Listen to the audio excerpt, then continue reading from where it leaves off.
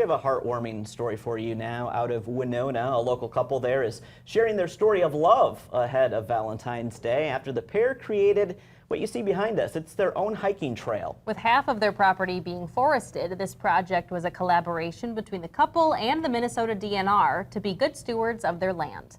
Our Eric Min learned that their hiking trail is a special part of the pair's love story.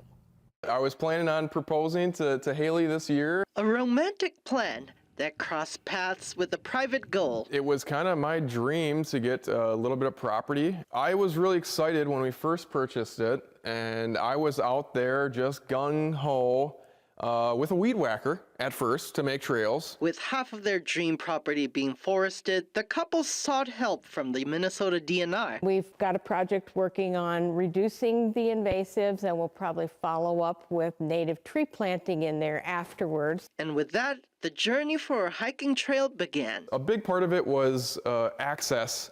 A lot of the wooded acreage just didn't have adequate access to do invasive species work or to do any of this work that I wanted to do. The making of the trail was coming along right on track. But there was also another plan en route. I was going to do it for her birthday, and we usually go up to her parents' cabin up in Stone Lake, Wisconsin. Haley was so excited about the trails and how they were turning out that she didn't want to go to the cabin.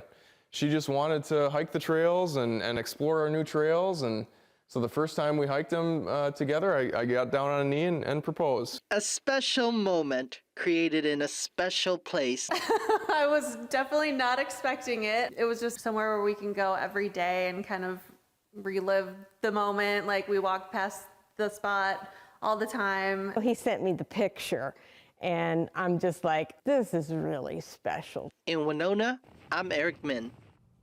According to Ryan and Haley, it took a week of bulldozing to create the trails with their very own hiking trail. The couple says they will commit to using this special place every day.